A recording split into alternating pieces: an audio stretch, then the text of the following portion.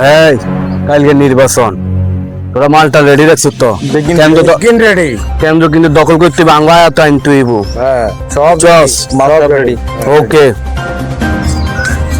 ভাই, আপনারা এখানে আইয়ারা আপনাদের স্কুলের মাঠে খোঁজ করিয়ে আইছি। ভাই, আমরা কেন্দ্রের হিসাব করে মাল রেডি করছি, আপনার কেন্দ্রে আলাদা ভাবে রাখছি।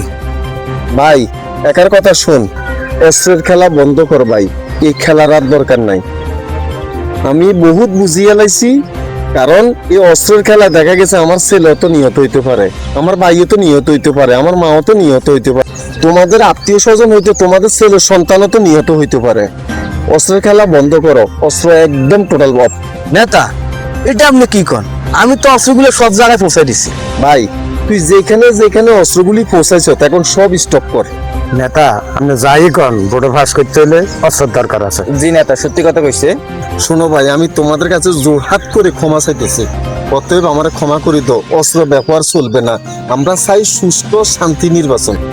ভাই শোনো, তোমরা বাড়ির সাথে শপথ করতে দিব, আমরা এবার সুস্থ শান্তি শৃঙ্খলা একটা পরিবেশপূর্ণ নির্বাচন চাই।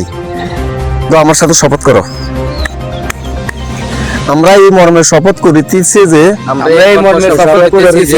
অস্ত্র হাতে নিব না, কাউর ক্ষতি করব না, আমরা সবাই মিলে সুস্থ নির্বাচন চাই। আমরা সবাই মিলে সুস্থ নির্বাচন চাই। টেবিলে খেলা যে চলছে কোন লেভেলে